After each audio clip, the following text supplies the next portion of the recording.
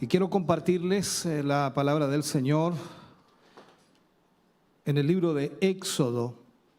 Libro de Éxodo, leeremos dos pasajes que están allí para poder hablar acerca de las ofrendas para la casa de Dios.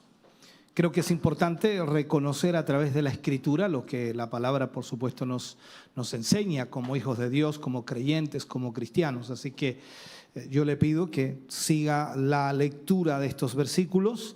Éxodo capítulo 35, versículo 4 y 5, y luego de eso leeremos Éxodo 35, versículos 20 al 29, para de esa manera entonces ir tomando esta línea de lo que vamos a hablar en el día de hoy.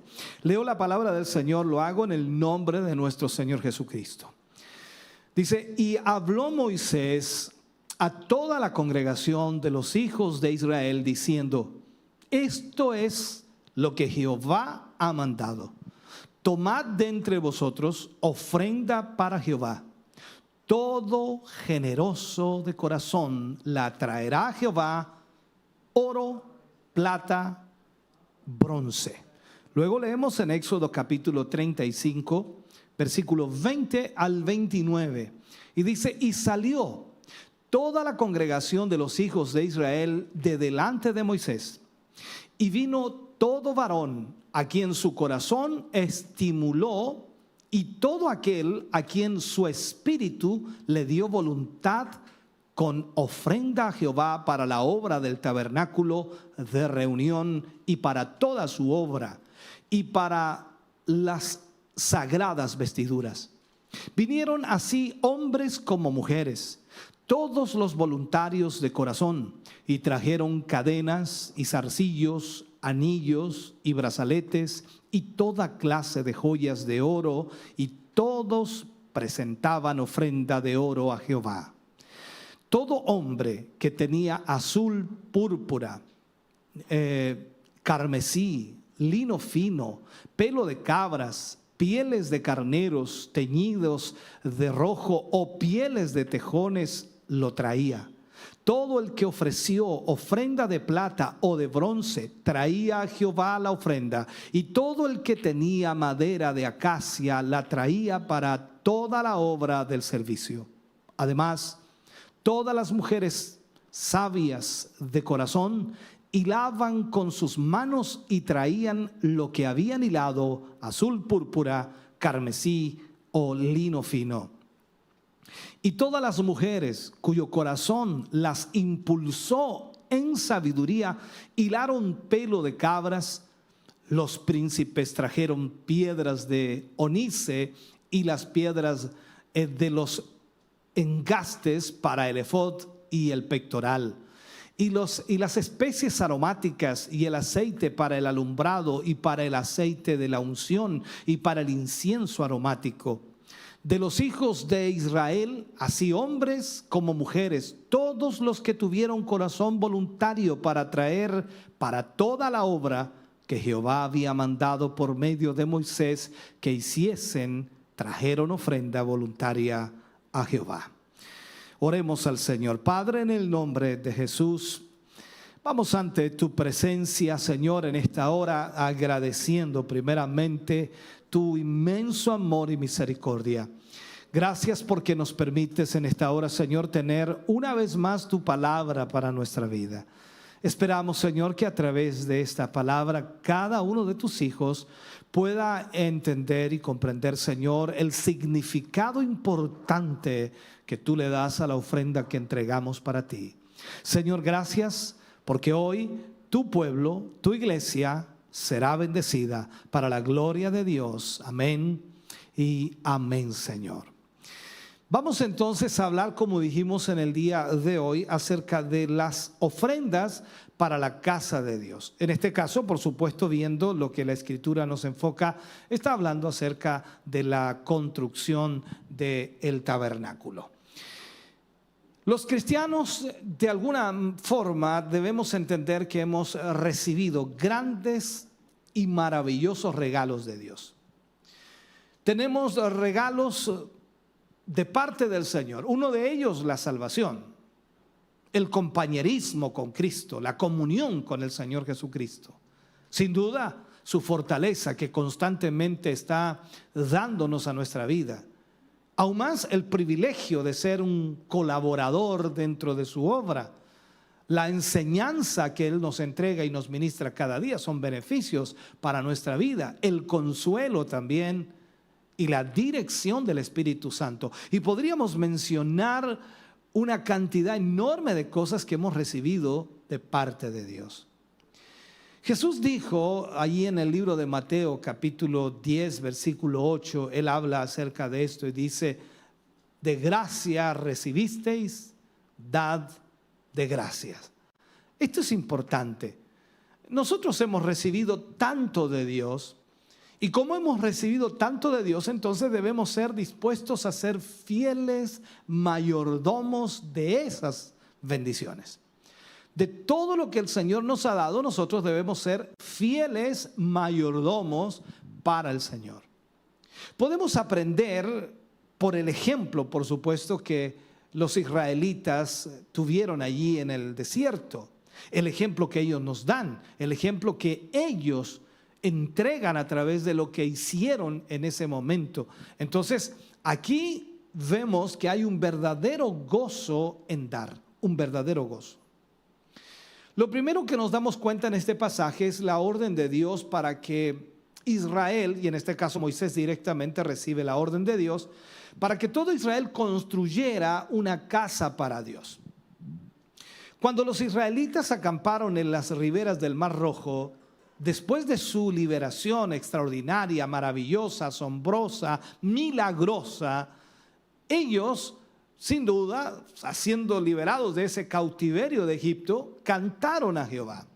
Y el libro de Éxodo capítulo 15 versículo 2 lo narra de alguna manera, dice: Jehová es mi fortaleza. Eso decían los judíos al cantar. Jehová es mi fortaleza y mi cántico, y ha sido mi salvación.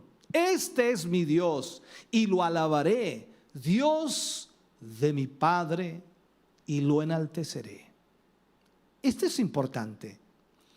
Los israelitas, hermano querido, prometieron también construirle casa a Dios. Una casa en la cual pudiera habitar en medio de ellos. Recuerde que en el desierto Israel acampaba y normalmente todas las tribus estaban alrededor, en este caso del tabernáculo que fue construido. Entonces la idea era que Dios habitara en medio de ellos.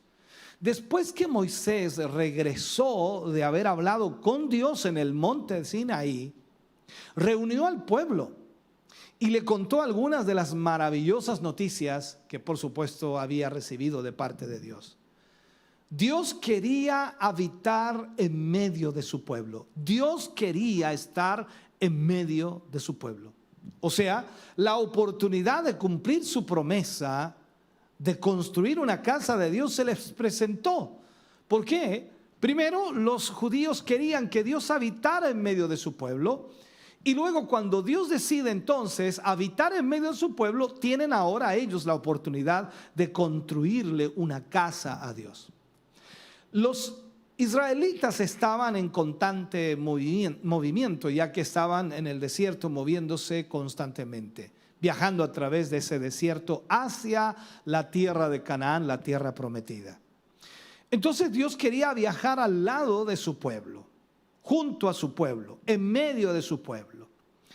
¿Qué tipo de casa entonces les dijo que le construyeran? ¿Qué tipo de casa era la que tenían que construirle? Es lógico que no podía ser una casa construida que no pudieran mover. Tenía que ser una casa que pudieran ellos levantar y, por supuesto, de esa manera volverla a poner en otro lugar. Él quería una tienda de campaña, lo vamos a mencionar de esta manera, una tienda de campaña, una bonita y costosa tienda de campaña que ellos, por supuesto, podrían poner, podrían quitar y volver a poner donde quiera que ellos acamparan. ¿Por qué? Porque la idea era que Dios habitara en medio de su pueblo. La tienda de campaña se llamaría el tabernáculo. Todos conocemos, por supuesto, los cristianos, los creyentes, conocemos lo que es la historia del tabernáculo. Tiene cosas extraordinarias, maravillosas, simbología maravillosa y sin duda cuando estudiamos de ello nos fascina aquello. Ahora, Dios ordenó a Moisés que lo construyera justamente en el centro del campamento israelita, justamente en el centro. Dios quería estar en el centro de la vida y la adoración de su pueblo. Dios quería estar allí para que todo su pueblo tuviera el centro de adoración allí. Entonces, lo vemos en Éxodo capítulo 25, versículo 8, es una forma para poder graficarlo. Dios dijo, y harán un santuario para mí y habitaré en medio de ellos. O sea, la situación era clara. Era habitar en medio de su pueblo. Y aquí, por supuesto, para poder construir este santuario, para poder levantar este campamento, alguien diría, bueno, Dios tiene que hacerlo, Señor, hazlo tú y nosotros estaremos contentos. No, aquí tenían que haber dadores dispuestos para poder levantar ese tabernáculo. ¿Y qué es lo que hace? De acuerdo al libro de Éxodo, capítulo 35, versículo 4 al 9, leemos estos versículos, dice, y habló Moisés a toda la congregación de los hijos de Israel, diciendo, esto es lo que Jehová ha mandado. Tomad de entre vosotros ofrenda para Jehová, todo generoso de corazón lo atraerá a Jehová, oro, plata, bronce, azul, púrpura, carmesí, fino o lino fino, pelos de cabras, pieles de camellos o carneros, teñidos de rojo, pieles de tejones, madera de acacia, aceite para el alumbrado, especias para el aceite de la unción y para el incienso aromático, y piedras de onice y piedras de engaste para el efod y para el pectoral. O sea, Moisés entonces le habla a todo el pueblo que tenían que ellos juntar todo este material para poder construir entonces el tabernáculo. Hizo saber al pueblo que solo los que deseaban, y esto es importante, a mí me impresiona mucho, no era una obligación, sino que solo los que deseaban dar para Dios deberían traer sus ofrendas para el tabernáculo. Era una disposición personal. Cada uno de los que estuvieran agradecidos con Dios, entonces podrían traer hacia el tabernáculo de reunión para construirlo en realidad su ofrenda. Eso era el mandato de Dios. Dios no quería sus ofrendas a menos que las dieran por amor a Él. Y eso también debemos nosotros rescatarlo en este sentido. Nadie está obligado a dar si no siente dar. Por eso Pablo también lo pone luego en Corintios cuando habla, dice, cada uno dé como propuso en su corazón, no por necesidad. Entonces, ahí es importante entenderlo. Veamos el capítulo 35, versículo 21, para que entendamos un poquito más. Y dice, y vino todo varón a quien su corazón estimuló, y todo aquel a quien su espíritu le dio voluntad, con ofrenda a Jehová para la obra del tabernáculo de reunión y para toda su obra y para las sagradas vestiduras. Dios quiere, hermano querido, que traigamos nuestra ofrenda por amor a Él, por amor a Él.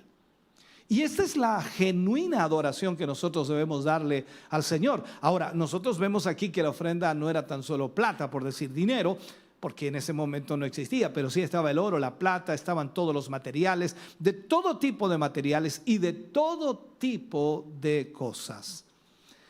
Entonces, Él no quiere nuestras ofrendas si la damos de malas ganas o porque nos sentimos obligados a darla. Tal como lo decía recién en Corintios, segunda de Corintios, capítulo 9, versículo 7, Pablo dice, cada uno dé como propuso en su corazón, no con tristeza ni por necesidad, porque Dios ama al dador alegre. Entonces, aquí entendemos que las ofrendas tienen que ser generosas, pero también de un corazón generoso. Los israelitas dieron lo mejor de todo lo que tenían para construir la casa del Señor. Dieron lo mejor de todo lo que tenían. Dios había dicho a Moisés cuáles materiales eran necesarios. Y Moisés entonces informa al pueblo cuáles eran los materiales que iban a necesitar. Las personas que tenían piedras preciosas las trajeron. Algunos trajeron sus brazaletes de oro, anillos de oro, aretes de oro y otros adornos los trajeron para la construcción del tabernáculo. Los que tenían ropa bonita y pieles finas de animales las trajeron. Otros dieron plata, bronce y también, por supuesto, madera fina. Todos tenían algo que dar. Todo el pueblo tenía una parte en la construcción del tabernáculo, pues el tabernáculo fue hecho de las ofrendas. Muchas personas dieron de su tiempo también y trabajo para construir el tabernáculo, para preparar cada pilote, para preparar cada cuerda, para preparar cada tela, en fin, hicieron preciosas cortinas de lino fino. Las mujeres dice que hilaron el pelo de cabra en fuerte tela. Las pieles de los animales fueron curtidas, teñidas de bonitos colores. Trabajadores diestramente trabajaron el oro, trabajaron la plata, trabajaron el bronce. Otros cortaron y engastaron piedras preciosas y joyas para la construcción del tabernáculo. Algunos incluso labraron y esculpieron, que se puede decir, ¿no?, la madera. Otros trabajaron como grabadores, bordadores, tejedores, carpinteros. O sea, el pueblo dio su tiempo y trabajo como ofrenda para Dios. Y con gran regocijo, con alegría, con gozo, el pueblo dio para la casa del Señor, para el tabernáculo. En realidad, el pueblo trajo tanto material que Moisés llegó un momento, tuvo que decirles que no trajeran más porque tenían suficiente. O sea, fue tanto lo que el pueblo se desprendió, fue tanto la generosidad del pueblo para dar para Dios, que Moisés tuvo que pedirles que no dieran más. Veamos lo que dice Moisés, capítulo 36 de Éxodo, versículos 6 y 7. Entonces, dice, Moisés mandó pregonar por todo el campamento, diciendo: ningún hombre ni mujer haga más para la ofrenda del santuario. O sea, no prepare madera, no prepare nada, no haga telares, no haga hilo, no haga nada. O sea, en otras palabras, no traiga más. Así se le impidió, dice, al pueblo ofrecer más, pues tenía material abundante para hacer toda la obra y sobraba. Nosotros decimos: qué extraordinario, qué maravilloso. Se calcula que ellos dieron más de $1.000.000 en oro y plata solamente. Más de $1.000.000 en oro y plata. El resto de los materiales no está contabilizado. La madera, los hilos, las telas, los cueros, no está contabilizado. Solo en oro y plata dieron más de $1.000.000. O sea, al día de hoy serían 780 millones de pesos para la construcción del tabernáculo. 780 millones de pesos. Y ahí decimos nosotros: qué generosos somos nosotros. Oh Dios, no hay una diferencia tremenda. Esto fue posible, hermano querido, porque cada uno dio según su capacidad. Y esto es todo lo que Dios espera de nosotros: dar según nuestra capacidad. El apóstol Pablo enseñó esto en el Nuevo Testamento y lo planteó muy claramente. En 2 de Corintios capítulo 8 versículo 12 dice: porque si primero hay la voluntad dispuesta, será acepta según lo que uno tiene, no según lo que no tiene. O sea, Dios sabe lo que nosotros tenemos. Y Él mira, por supuesto, no tanto lo que damos. Escuche bien lo que le voy a enseñar aquí. El Señor no mira tanto lo que damos, sino lo que guardamos para nosotros mismos. ¿Por qué?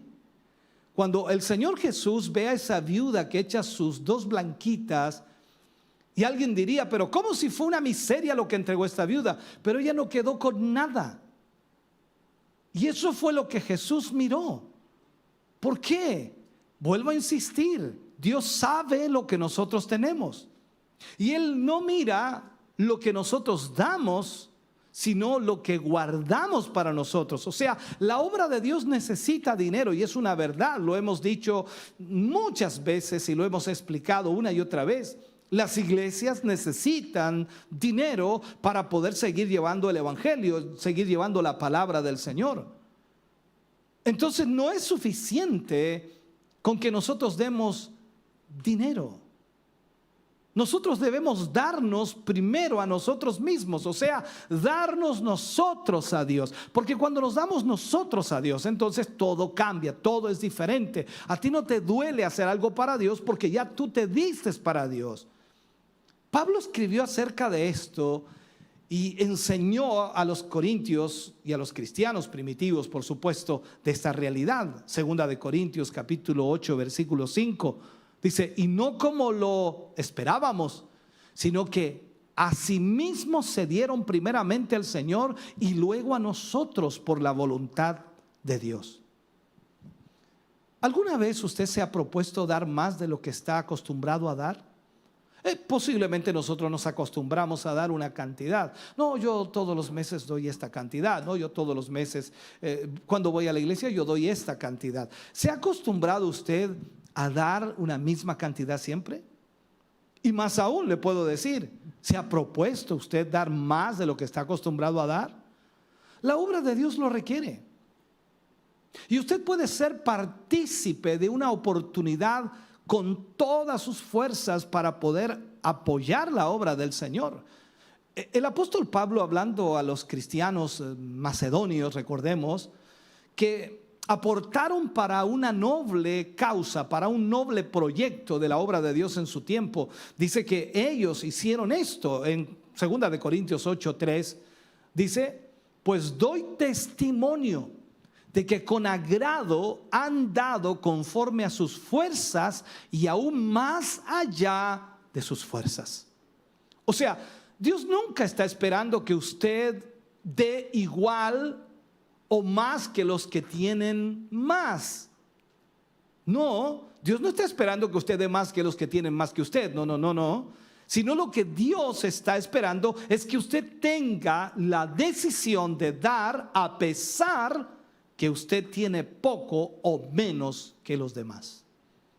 Aquí no importa la cantidad, y vuelvo a insistir en esto, sino que Dios mira con cuánto nosotros quedamos. Porque sería fácil dar, no sé, ponga usted un ejemplo, 1,000 pesos cuando usted quedó con 100,000. Es fácil dar 10,000 pesos cuando usted quedó con 500,000. Es fácil dar 100,000 pesos cuando usted quedó con 2 millones. O sea, estoy hablando de una proporción. Entonces Dios mira también con cuánto nosotros hemos quedado. Veamos algo importante. Usted no puede ofrendar para que Dios le dé. Y eso debe aprenderlo cada creyente. Usted debe ofrendar porque Dios le ha dado. Usted no ofrenda para que Dios le dé. Algunos tienen ese concepto, ¿no? Y es lamentable, ¿no? El mal llamado evangelio de la prosperidad utiliza mucho eso, presentando el ofrendar como una forma de negociar con Dios, haciendo como un trueque con Dios. Algunos dicen ofrenda para que Dios te bendiga, como si ya no lo hubiera bendecido Dios. Otros dicen ofrenda a Dios para que no te castigue. O sea, esto no puede ser usado de esa manera. Usan algunos pasajes fuera de contexto para justificar lo que ellos dicen, pero no es bíblico hacerlo así. Recordemos que el Antiguo Testamento, mirando esto, las bendiciones materiales eran sombra y figura de las bendiciones espirituales bajo el nuevo pacto. O sea, todas las bendiciones materiales del Antiguo Testamento eran solo sombra de lo que había de venir por las bendiciones del nuevo pacto en Cristo Jesús. Entonces no creemos que debamos ofrendar para que Dios nos bendiga, sino al revés. Ofrendamos porque Dios nos ha bendecido.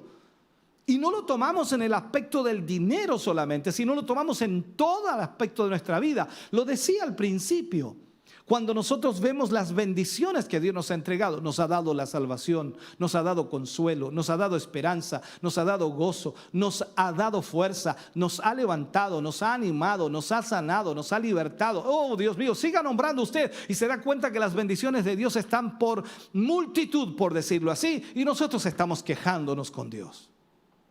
Entonces, entendamos esto. No creemos que debamos ofrendar para que Dios nos bendiga, sino al revés. Ofrendamos porque Dios nos ha bendecido.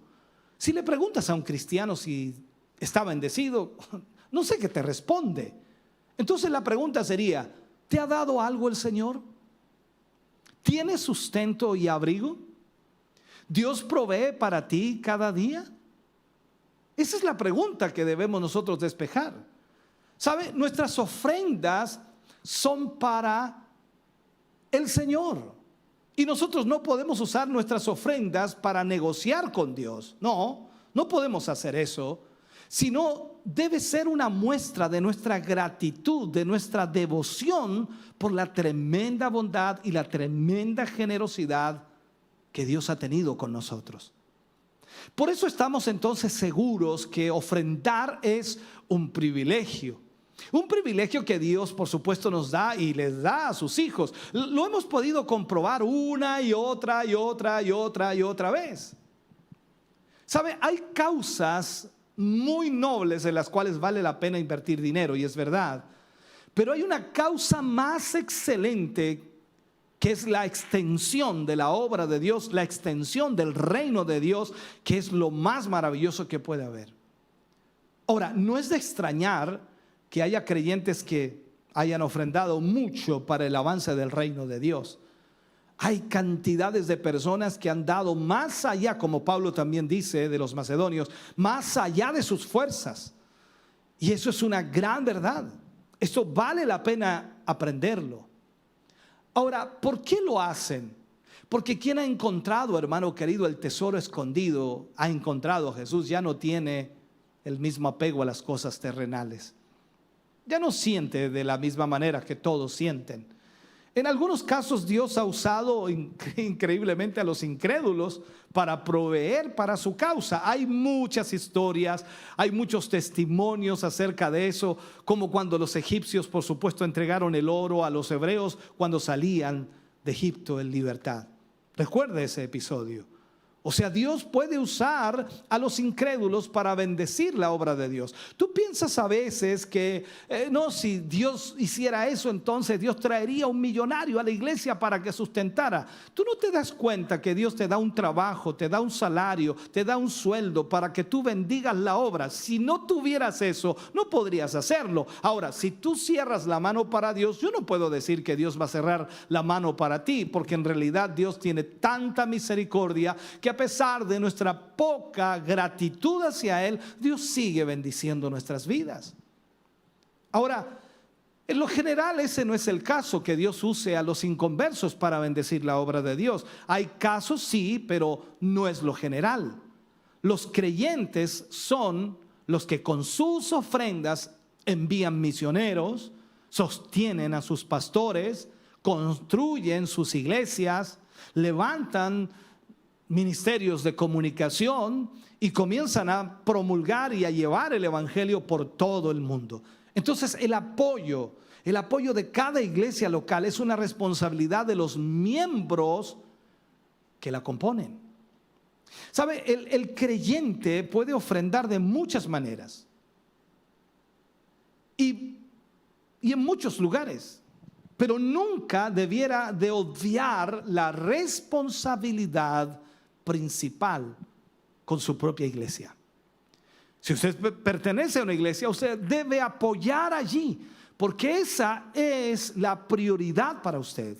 Por lo tanto, si Dios le ha bendecido, usted debe de esa manera también retribuir esa bendición que Dios le ha entregado y que Dios le ha dado. Hay una historia por allí y que podríamos nosotros titularla como la ofrenda del cacique indio. Usted sabe lo que es un cacique indio, ¿no? Normalmente era como el principal de la tribu. el cacique indio. Y hace algunos años, y diría yo varios años, un misionero hablaba a un grupo de indígenas y les hablaba acerca de Jesucristo, les mencionaba la Escritura y les mostraba entonces a través de la palabra lo que Cristo había hecho. Mientras el misionero hablaba acerca de Jesucristo y la bondad de Dios hacia toda persona, el cacique indio, ya anciano, se adelantó y puso su hacha a los pies del misionero y le dijo: cacique indio, dar hacha a Jesucristo. Usted puede sentirse extraño en lo que digo, pero estoy tratando de hacer esta realidad de esta historia. El misionero miró el hacha y siguió y continuó hablando del amor de Dios en Cristo Jesús. Y ese indígena caminó hacia adelante otra vez, por segunda vez, después de algunas palabras que había dicho el misionero, y puso ahora su cobija a los pies del misionero y le dice: cacique, dar su cobija a Jesús. Luego se retiró y se sentó de nuevo en medio del grupo, y el misionero siguió hablando del amor de Dios, siguió hablando de lo maravilloso que Jesús había hecho. El misionero habló más y más de Dios, cómo Dios había dado el regalo más apreciado del cielo cuando envió a su Hijo Jesucristo al mundo para rescatar a la humanidad perdida en el pecado. Entonces el indígena desapareció por un momento de la reunión, pero pronto regresó, y regresó con su caballo. Y él le dijo: cacique, dar caballo a Jesús. ¡Wow! Se sentó otra vez y el misionero siguió hablando. O sea, el cacique viejo había dado a Jesús todas las cosas que poseía. Había dado su hacha, había dado su abrigo, por decirlo así, había dado también su caballo, pero no había paz en su corazón. Entonces el misionero habló de la muerte de Cristo en la cruz, y el indio anciano comenzó a llorar. Se arrodilló ante el misionero y el indio le dijo con los labios temblorosos: cacique, darse a sí mismo a Jesús.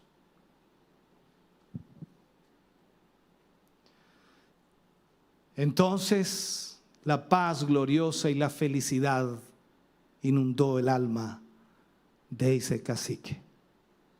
La pregunta aquí es: ¿te has dado a ti mismo a Jesús? Tal como lo hizo este cacique. A veces pensamos que dar un poco de lo que tenemos es suficiente. Y Dios lo desea todo. ¿No te hace ruido esa frase del Señor Jesús? El que quiera venir en pos de mí, niéguese a sí mismo. Tome su cruz cada día y sígame. Cuando te rindes completamente al Señor, entonces será muy fácil que le des tu diezmo, que le des tu ofrenda al Señor. No habrán problemas, porque ya te has dado a Él. Por lo tanto, todo lo que tienes le pertenece a Dios. Ahora, sé que después de esta enseñanza vienen a nuestra mente preguntas como: ¿cómo debemos ofrendar?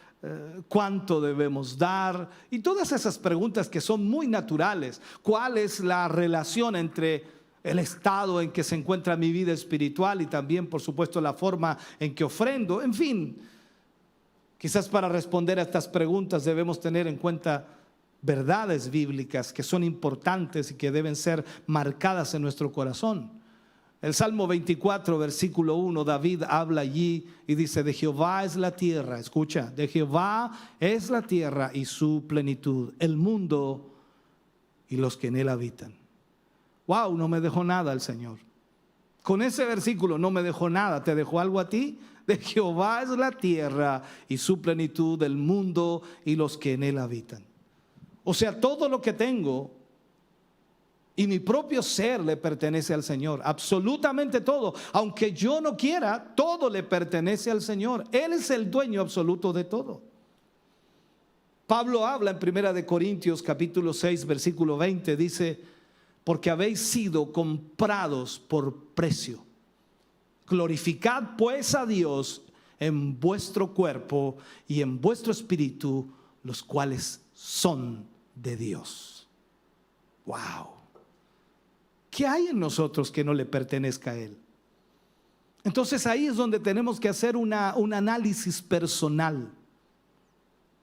¿Qué tipo de dador eres tú? ¿Qué tipo de dador eres tú? ¿Te gusta compartir lo que tienes con tu iglesia y con los hermanos necesitados? ¿Das ofrendas generosas a la obra de Dios? ¿O te da pena soltar el dinero? Fíjate lo que la Biblia dice. La Escritura lo marca así en 2 de Corintios capítulo 9, versículos 6 y 7. Dice: pero esto digo, el que siembra escasamente, también segará escasamente. Y el que siembra generosamente, generosamente también segará. Cada uno dé como propuso en su corazón, no con tristeza ni por necesidad, porque Dios ama al dador alegre. Entonces, si no eres un dador alegre, puede ser que te has rendido completamente a ti mismo. No es que te has rendido al Señor. En realidad estás luchando contigo mismo y quieres de alguna manera controlar tu vida y llevarla a tu antojo, a tu manera. Y aquí lo que debemos hacer es rendirnos totalmente al Señor. Recuerda al cacique. Sigue el ejemplo de ese cacique, que él pensó que era necesario, por lo que Cristo hizo, darle el hacha. Con el hacha será suficiente. Y luego dijo: parece que no es suficiente el hacha, voy a darle también mi capa. Y la llevó y pensó que con eso ya estaba arreglado. Mientras el misionero hablaba, se da cuenta que no era suficiente con el hacha, ni tampoco con el abrigo, por decirlo así. Y fue a buscar su caballo. Y con esto quedaré pagado. Y cuando entregó el caballo, se da cuenta que ni siquiera con el caballo, ni el hacha, ni tampoco ese cobertor que echó allí le servía para pagar lo que Cristo había hecho por él. Entonces, como se dio cuenta que había entregado todo lo que poseía y ya no poseía nada más, se entregó a sí mismo. Porque la única manera de tener paz con Dios es darnos a nosotros mismos a Él. La ofrenda es tan importante, hermano querido, delante de Dios, que el mismo Jesús se convirtió en una para salvarnos. Cuando tú miras la Escritura, Jesús se entregó por nosotros, como dice la Escritura, como ofrenda y sacrificio a Dios en olor fragante. Él se entregó a sí mismo como una ofrenda en la cruz del Calvario. Él era el cordero del sacrificio, el cordero a ser sacrificado. Así que debemos dimensionar la gran importancia que tiene el acto de honrar a Dios con la ofrenda. Es sumamente importante, es un principio de Dios el dar. Entonces, ya que el hecho más importante que nos ha sucedido, y puedo decirlo así, es el sacrificio de dar lo más valioso, porque si Dios dio lo más valioso que era su Hijo, si Jesús se entregó entregando lo más valioso que era su vida, la pregunta es: ¿qué debemos entregar nosotros? Entonces, cuando hablamos de la salvación, inevitablemente hablamos de ofrenda, porque gracias a la ofrenda de Jesús, que se entregó a sí mismo, nosotros somos salvos. Yo sé que nos encanta recibir el beneficio de la cruz, pero tenemos que entender, hermano querido, que fue una ofrenda, un sacrificio con el cual incluso Jesús experimentó esa sensación de abandono que a veces nosotros también experimentamos. Recuerda que Él lo dijo en la cruz: Padre, ¿por qué me has desamparado? Cada vez que pensamos en el sacrificio que Jesús hizo, nos damos cuenta entonces que fue una ofrenda. En toda la Escritura, desde el principio hasta el final de ella, todo lo que es el sacrificio de la cruz fue una ofrenda. Él se entregó a sí mismo. Él dijo, yo doy mi vida, nadie me la quita, yo doy mi vida. Fue la ofrenda. Es la pregunta entonces que debemos hacerlo cada vez que damos. ¿Qué estamos dando? Comparable a lo que hemos recibido. ¿Qué estamos entregando? Comparable a lo que Dios nos ha dado. Te duele tu corazón, te duele tu bolsillo, te duele tu cabeza, tus pensamientos se comienzan a confundir allí cuando vas a dar algo para Dios, cuando en realidad Él lo dio todo.